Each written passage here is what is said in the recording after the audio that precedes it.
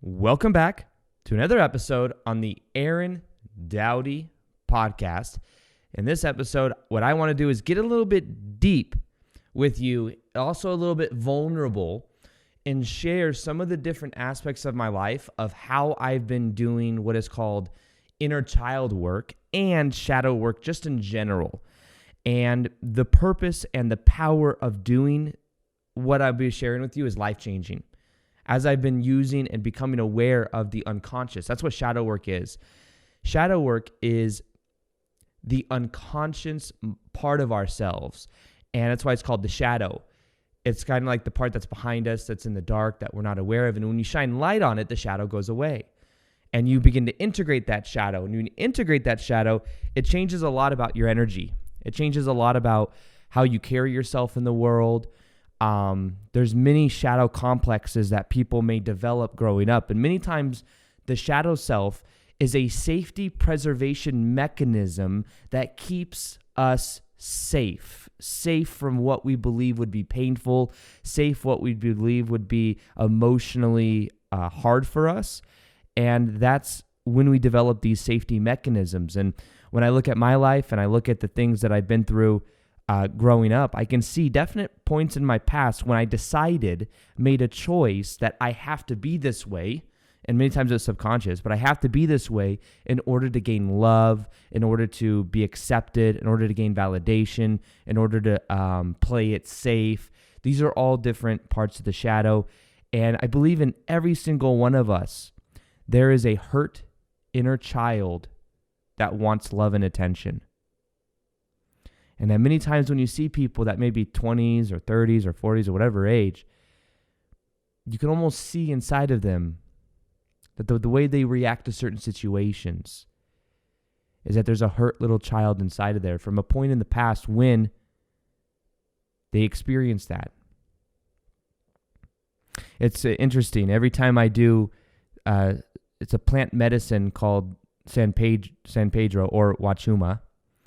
I do it just a couple times a year, and I feel a connection to that medicine as well. It's from a cactus, and when you do it, it's considered the grandfather, whereas you have Mother Ayahuasca. Mother Ayahuasca is like, the one that people take at night. It's normally very deep. It lasts a couple hours, and then normally people have like a second dose, and it brings up a lot of stuff. It brings up a lot of the shadow, and definitely I used to do ayahuasca once a year. I haven't done it. May not do it this year, obviously, because of COVID and all that stuff. Because normally I go to Costa Rica to do it. And it's interesting. Like, it brings up this stuff. Now, when you do something like San Pedro, you're able to actually, and normally you're in a group environment, still a shaman, and it's like you do these group activities together where, for example, you may team up with a partner, and each person takes turns telling their parent, their mom or their dad, something that they never really got to tell them. And the other person's job is just to hold space for that parent, even if they never knew them, obviously. Because a lot of times you do it in like a ceremonial thing with like a lot of people and that don't know each other or that kind of know of each other, but obviously they're not going to know their parents. And it normally brings up a lot of emotion. It brings up a lot of, people normally crying. This San Pedro also brings out the inner child. That's why I'm mentioning it. And anytime I do it, it does bring out my inner child. Even at a certain point, after like 5 or 6 hours of it, you get very hungry and you just want to eat pretty much what your inner child wants to eat.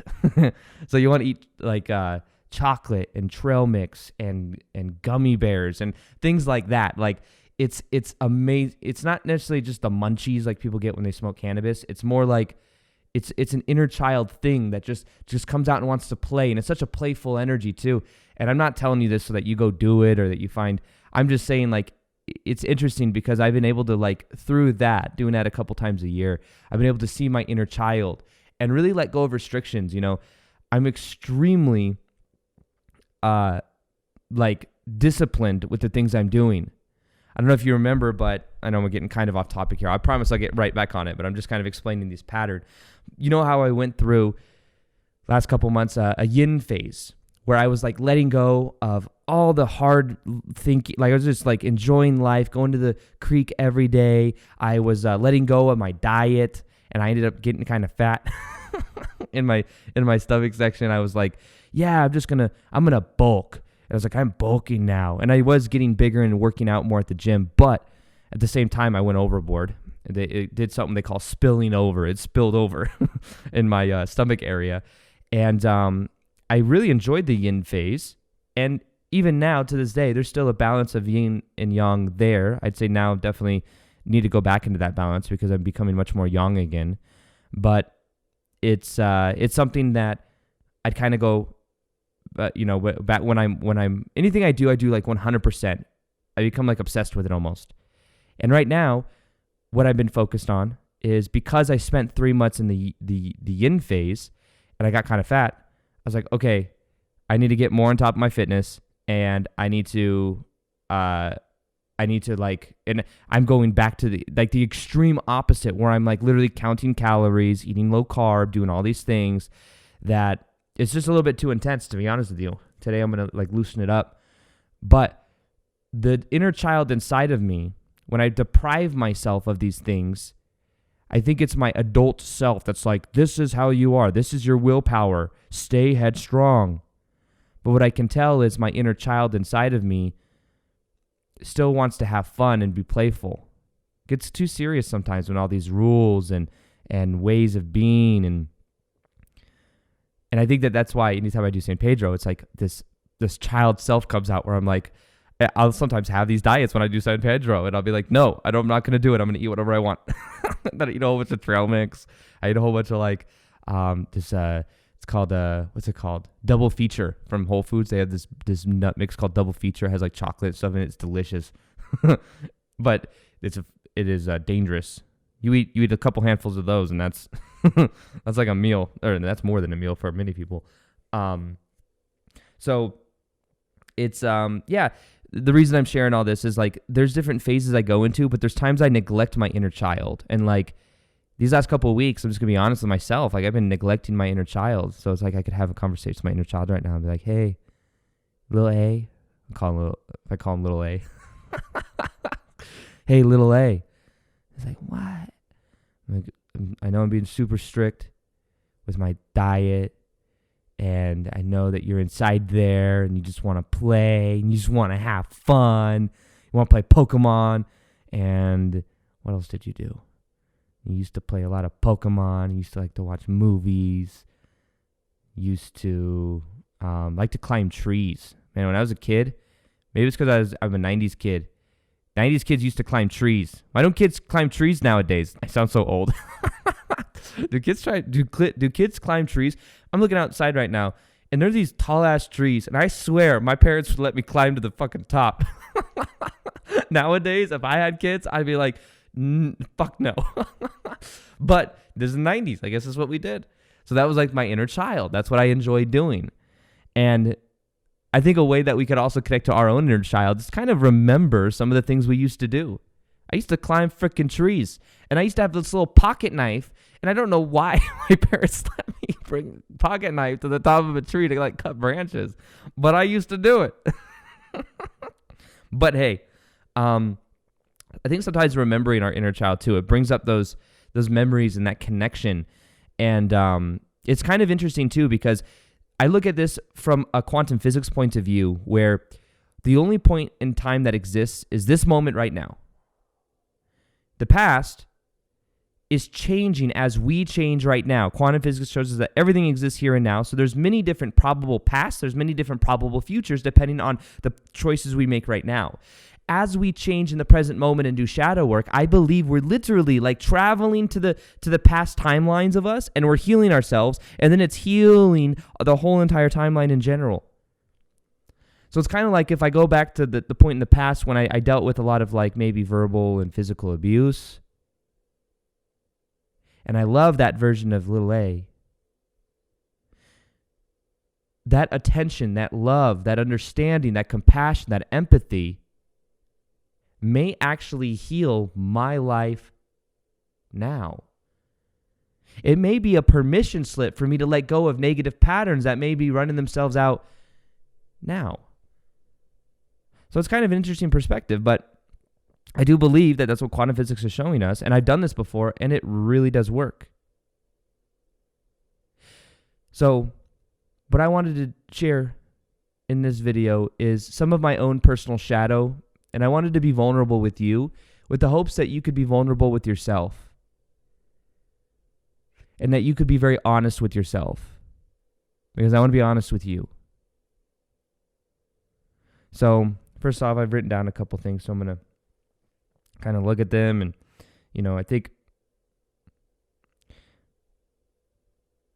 one of the memories that I have strongly, it actually came up while doing breath work. I was in Costa Rica. I was doing breath work. Never heard of breath work before. Went to that life transformation spa. Many of you may have heard this story, but I'll share it very quickly just so you don't get mad at me. I was in that life transformation spa in Costa Rica. Basically, I was waiting for my buddy Victor to get there. Victor and I were able to go to this place. He was going to be there a couple hours later, so I was like, okay, while I'm waiting, I might as well go to this transformational breathwork thing. It's back in 2017. I was like, okay, I'm going to go to it. So I go, I lay down in this beautiful maloca with all these like little chairs that are easy to like sit in, these little like floor chairs, and then these like blankets so you can lay down. And there's about 30-something people there. There's a teacher who was really cool. And he starts to explain that our breath is and has a certain pattern, a certain level of depth. And that what happens is at a certain point in our past, something shifts. Something happens. And when that something happens, our breathing pattern shifts. It may go more shallow. When we start to get nervous or we start to get in trouble, it may start to become erratic.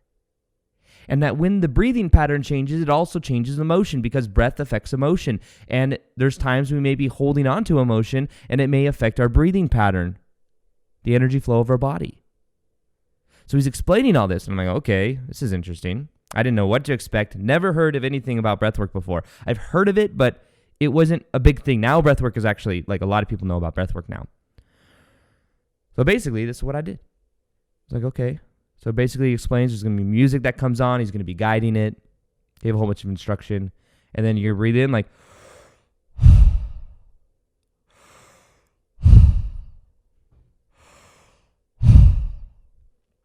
and what you're doing is you're breathing in a whole bunch of oxygen, and you're doing that in and out for literally like not 20 minutes, like 45, 50 minutes. So we start doing this. And what happens is about 15, 20 minutes in, my body starts to go numb. And as my body goes numb, I'm then starting to feel this pressure build up inside my hands. And my hands are starting to like get into the form of like a praying mantis, where it's like praying and kind of like creeching my fingers, and it's at my chest, and there's all this pressure, and then my body is feeling all this energy, and my legs are becoming numb, and it's this interesting sensation that's coming from simply breathing. And what then happens is I feel that lock, and I remember thinking to myself, let go, let go, let go. And towards the end of that, I saw a beautiful mandala, like a visual mandala, like psychedelic, almost like I was on some type of like hallucinogen or something, and I wasn't on anything except for breathing. And that's when he told us at the beginning of the breathwork, transformational breathwork thing, he said, your ceremony begins now, because Victor and I were going there to do ayahuasca. It was our first time ever doing it. And he said, your ceremony starts now with your breath. Zero anything involved except for air. And it was profound. And I felt like I let go of so much emotion, so much energy. And at the end, there were these practitioners, like transformational breathwork people that were walking around, and they were adjusting us and putting like sandbags on like our chest and like different areas so that we could focus on our breathing during it. And she said, I was talking to this one that was like adjusting me, and I said at the end of it, we all shared, and then we were going to dinner. We were all hungry as fuck, by the way, because it was like after all of that breathing, you just got so hungry. And it was so late because I was fasting anyways. And I was talking to her, and I was so fascinated by this. I was like, wow, this is so transformative, or just breathing. And she said, yeah, you can actually tell someone's personality just by looking at their breathing pattern. I was like, really? And I said, okay, you were the one adjusting me. What can you tell me about my personality? And she goes, well, she's like, I could tell that you're a successful person and you have a very big drive to be successful. You're what we call an overachiever. I was like, interesting. She goes, and when she was working with me, by the way, as well, she was like tapping on certain parts of my chest and my stomach going, you can relax now. You don't have to work so hard. You are enough. You don't have to work so hard to be successful. You can let go. And she was tapping on different parts of my body. And she says, you have like an armor around your midsection. And this armor, because when you breathe in, what happens is you breathe in, you go, and then you kind of lift your back a little bit to take in even more air. It's like you need to take in so much air because there's some type of protection within you and there's this shell around you. And I always kind of remembered that because it was like, she said at a certain point in your past, you probably had to, I didn't tell her my past or anything. She was like, in a certain point in your past, you probably had to like put on an armor to protect yourself.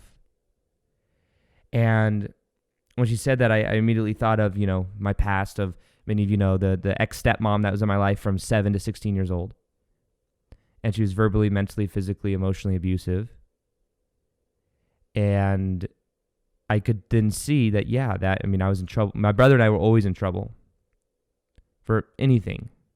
And we have zero freedom. We weren't allowed to have friends. We had to like earn going to school. Many times we were just locked outside doing yard work.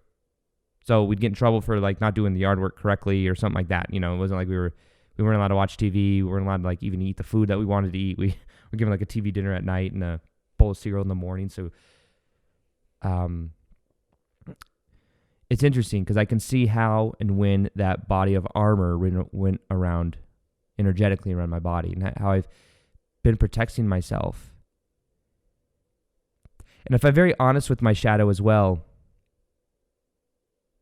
I think that part of my shadows had this belief about women that I've been working through all the way up until today.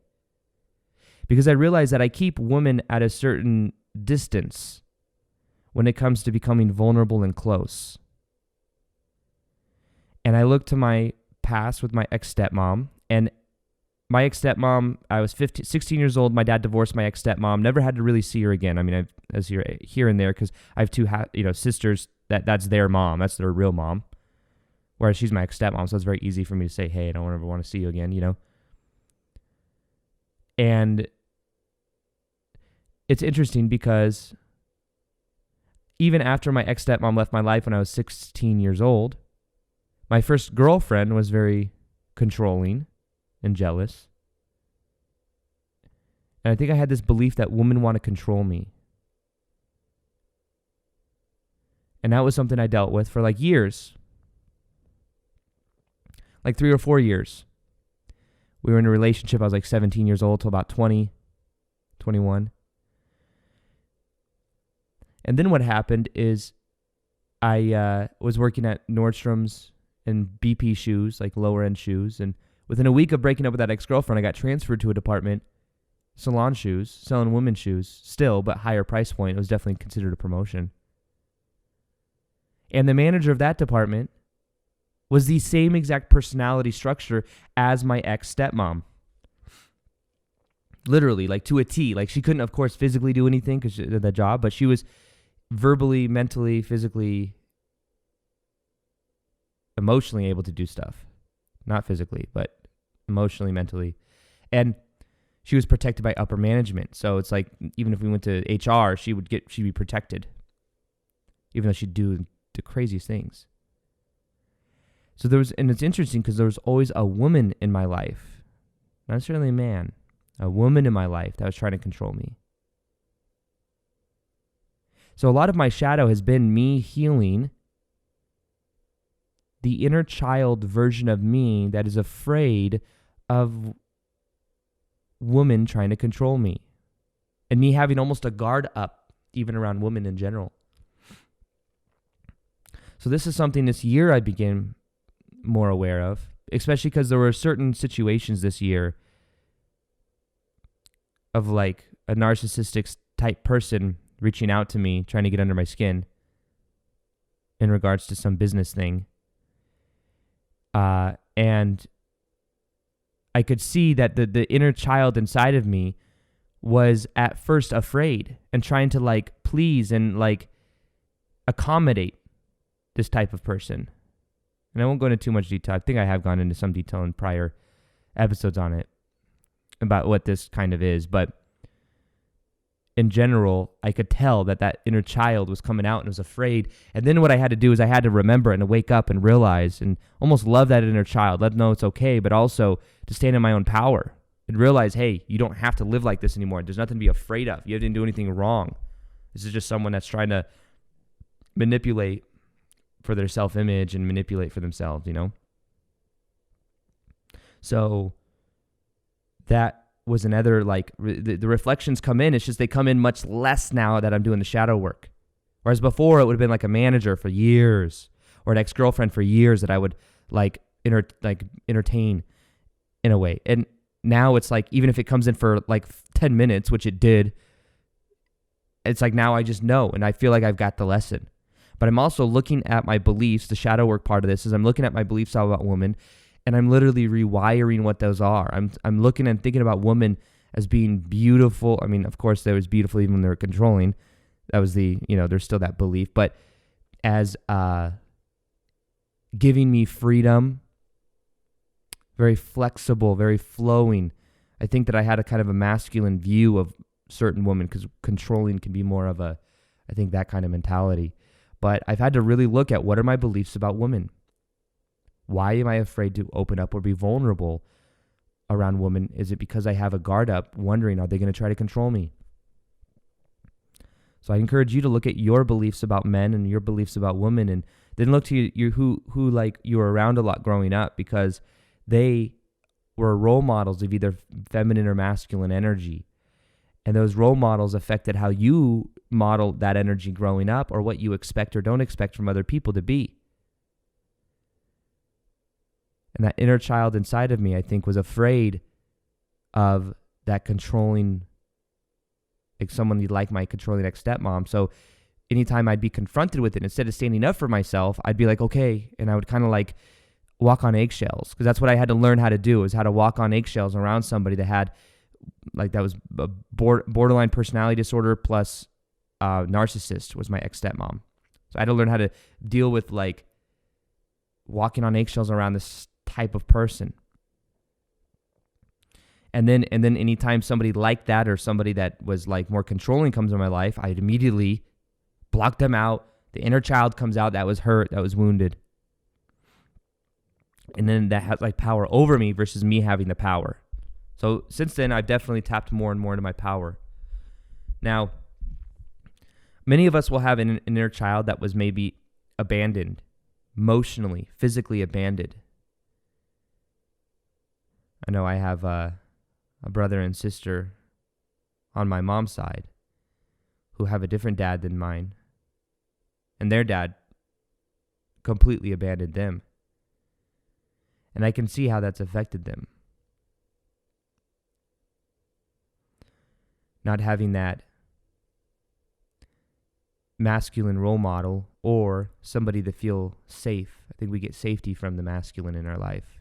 If you don't have that, then it's like you have to look at that inner child and let them know, hey, it's okay.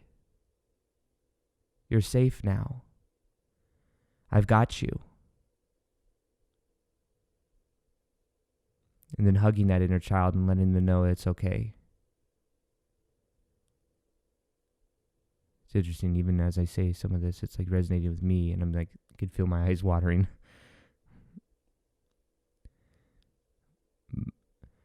But emotional abandonment is can be something that causes many patterns to come up in our life. Maybe we keep attracting masculine or feminine energy into your life that does abandoning us. Maybe not even physically, but maybe emotionally.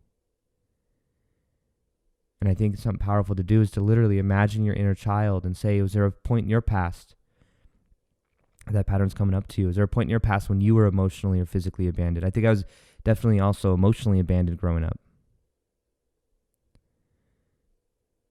Because my thoughts or my emotions didn't really matter. I felt like I didn't really matter. I feel like a lot of my sense of worthiness was tied to validation, and that I seeked that a lot growing up. I didn't really receive it. In some ways, maybe that helped me with what I do now, because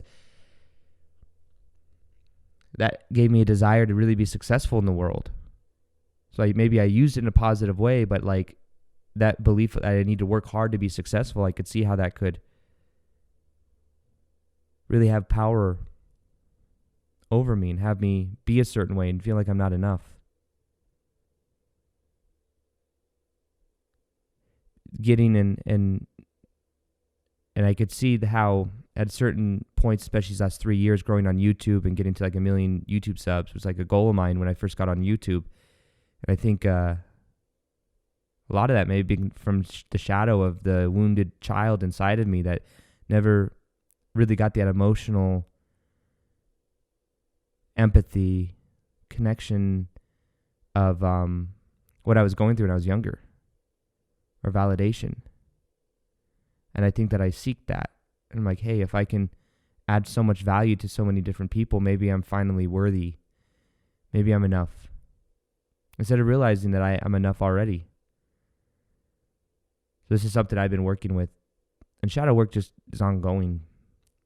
But another thing I could do is I could look at the inner child version of me at different points. There'll be different memories you have.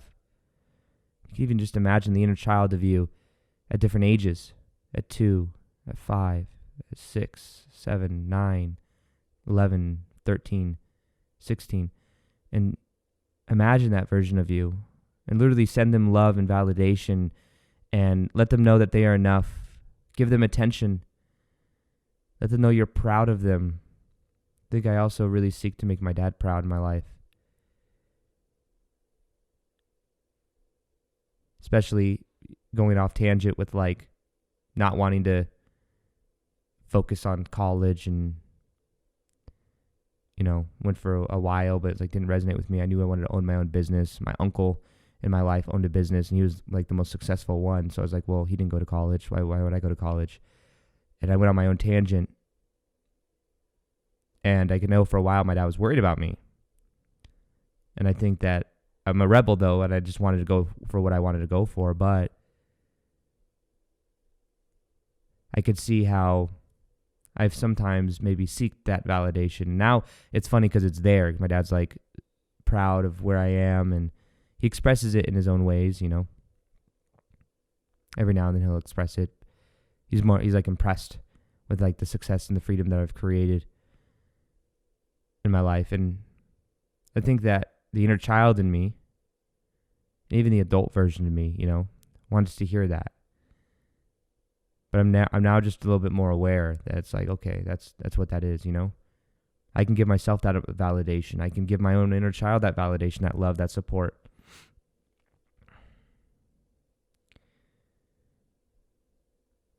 I think a lot of successful people too, people that strive to be successful, they may have not had the most attention growing up or validation, so maybe they seek it in numbers or followers.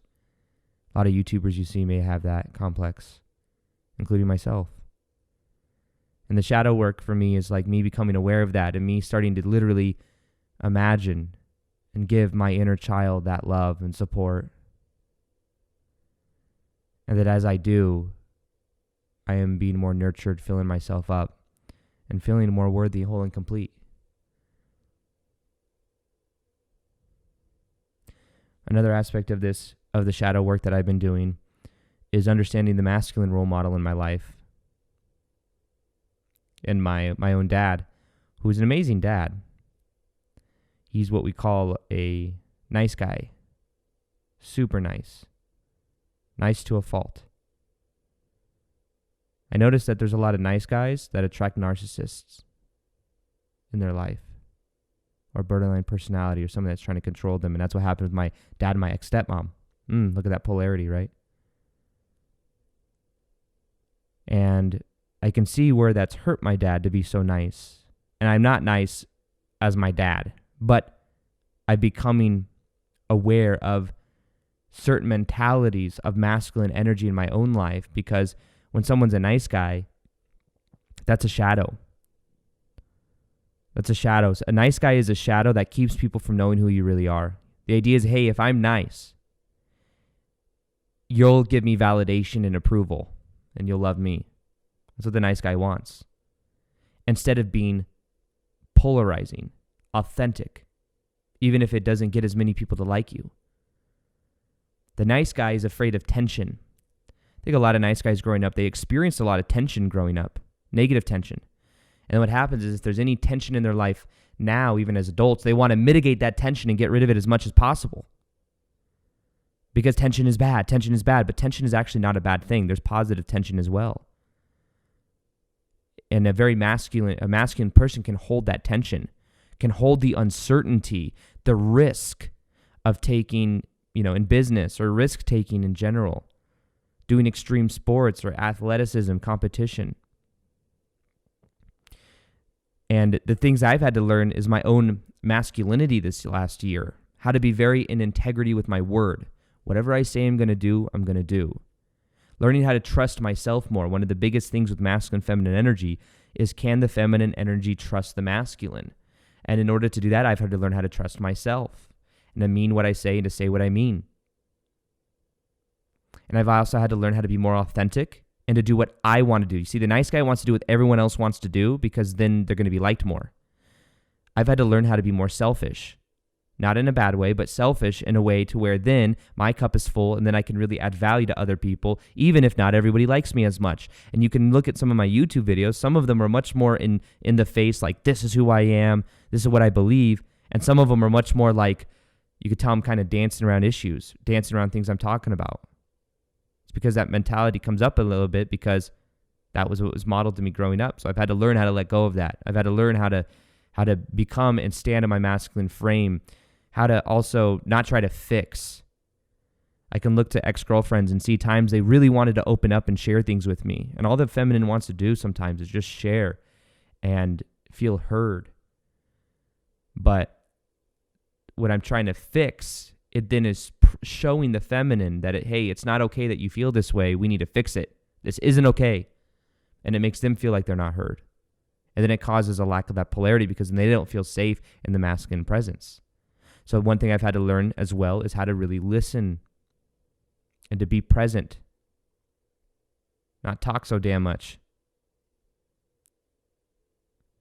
And that as I allow that energy to be there, it is not only good for sexual polarity, but it is also good for masculine feminine dynamics, but it's also just good in general to listen and to learn these different aspects that I didn't really get taught growing up. So a lot of my shadow is learning how to let go of the people pleaser, nice guy mentality that I had for years before, and it was never as bad as my dad's because I'm a rebel in many ways as well, but I can see how sometimes I've been inauthentic by not trying to be edgy.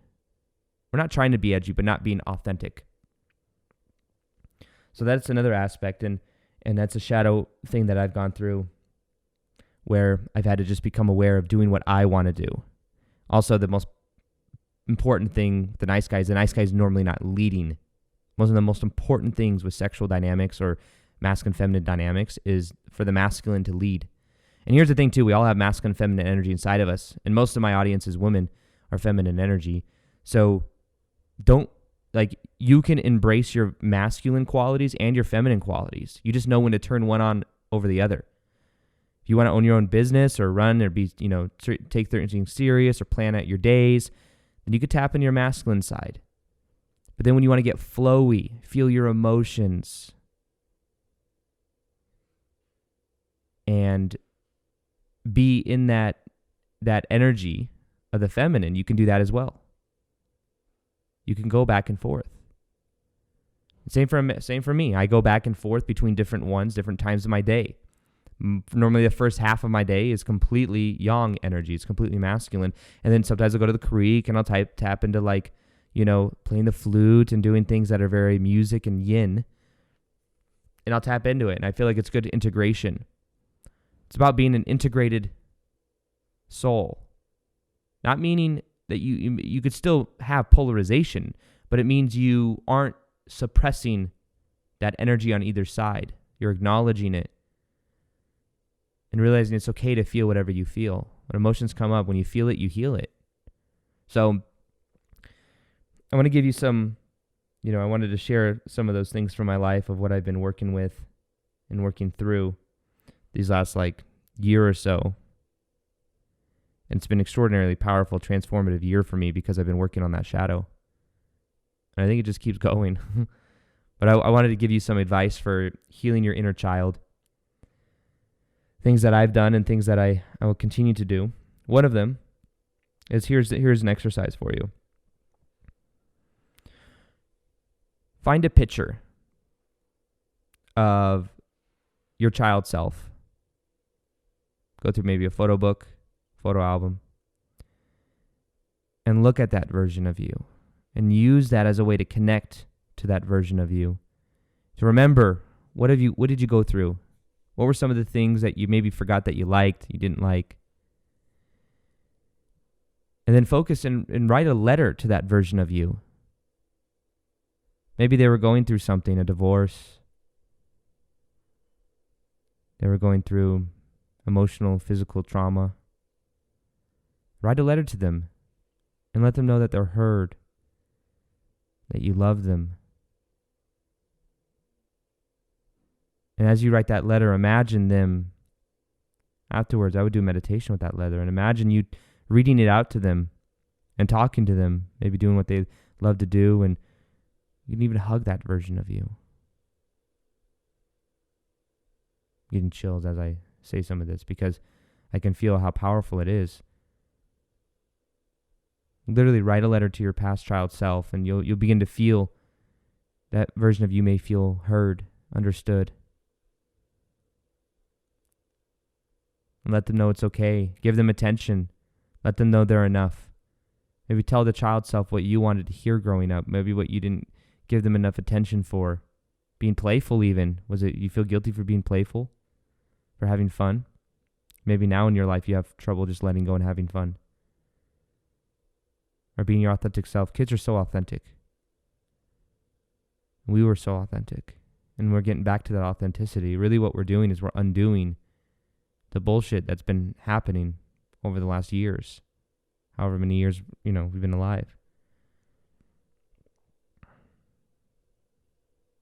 Another thing that I would do is I would meditate. You could do the picture thing as well when you meditate, but meditate and imagine you go into maybe a specific time when something profound happened in your life that you can remember from childhood, maybe something you suppressed or something had a big impact on you.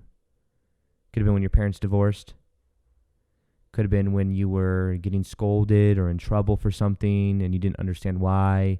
You weren't getting the emotional support.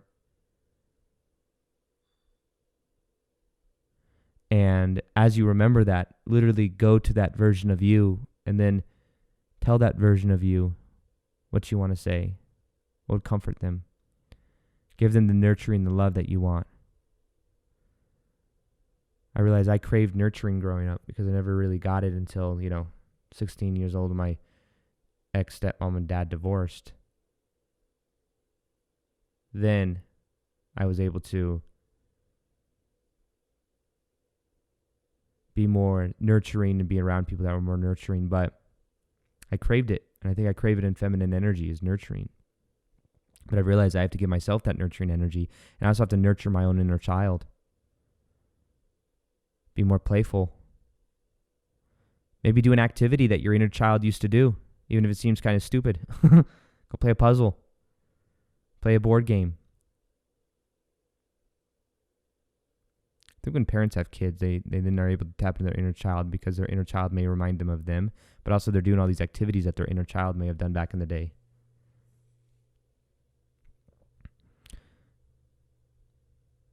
So these are all different ways that I would go about doing the inner child work. And write a letter, speak to them, feeling the emotion. Breath work is another powerful way to bring up emotion.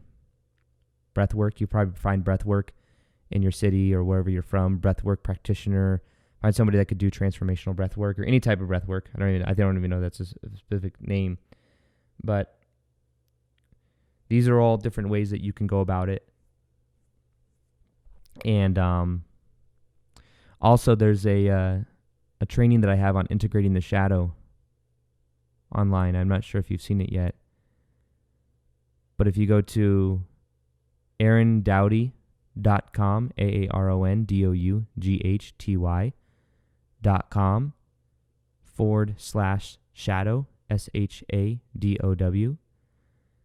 That's a integration shadow workshop. Kind of shows you the steps of integrating the shadow, raising your vibration to a new level, and how that's completely transformative, doing a lot of this integration work we're talking about. And you can change your life. If you're listening this deep into the episode, then I think that would be something you resonate with, because this is all about shadow work and raising your vibration by healing that inner child inside of you, healing who you believe you are, your soul, your emotions, and raising your vibration by feeling and healing and completing the past. When you complete the past, you no longer have to repeat the past. So it's very powerful to do. So anyways, if you can let me know what you thought of this week's episode on Instagram, you could share it and then maybe type on Instagram stories, like share it, screenshot this on Spotify or iTunes or wherever you are, even if you're on YouTube. And if you guys didn't know, I have a second YouTube channel where I actually share the videos of this too. Sometimes I have guests on and you'll be able to see those videos, and I share them as well there. But if you're on the YouTube channel, I also have them on iTunes and Spotify and many other platforms, and it's so easy to listen to. And just listen to it while you're at the gym, working out, whatever. So you see it there. And just share it on IG stories, and maybe put a little blurb about what you thought of this episode. I'll be able to see it, and I'll be reposting as well. And lets me know that, you guys like this episode, and I'll do more on shadow work and inner child work. Anyways, I hope you guys enjoyed this episode, and you guys didn't mind me being a little bit vulnerable there and sharing some of these things. Other than that, I love you all, and I'll talk to you guys soon. Peace, much love, and namaste.